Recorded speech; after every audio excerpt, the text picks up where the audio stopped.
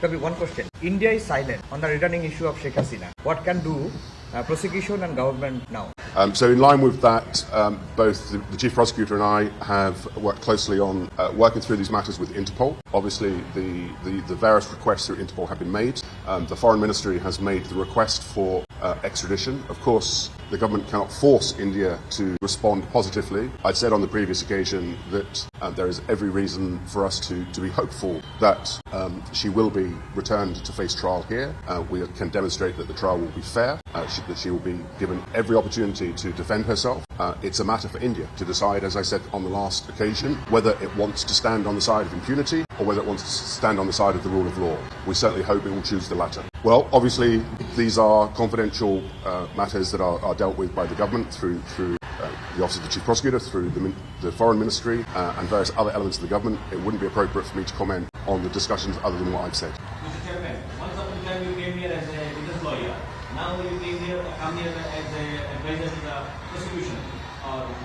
Will you please describe us the... So, I'm a barrister. I'm a member of the Bar of England and Wales. I prosecute and I defend. The fact that I prosecute in one court and defend in another does not mean that I am lacking impartiality. My job is to do the job professionally, independently and impartially.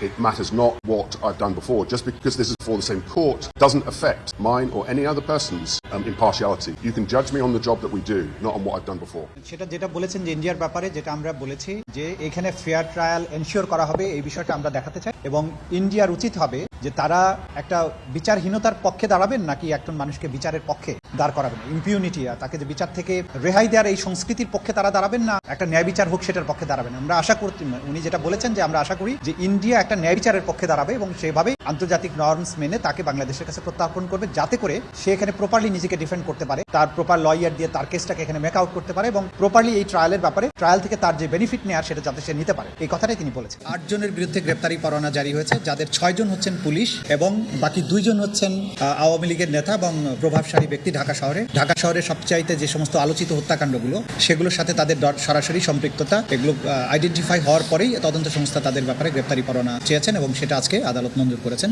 এবং 4টা পিটিশনে আলাদা আলাদাভাবে মোট 8 জনের বিরুদ্ধে গ্রেপ্তারি পরোয়ানা জারি হয়েছে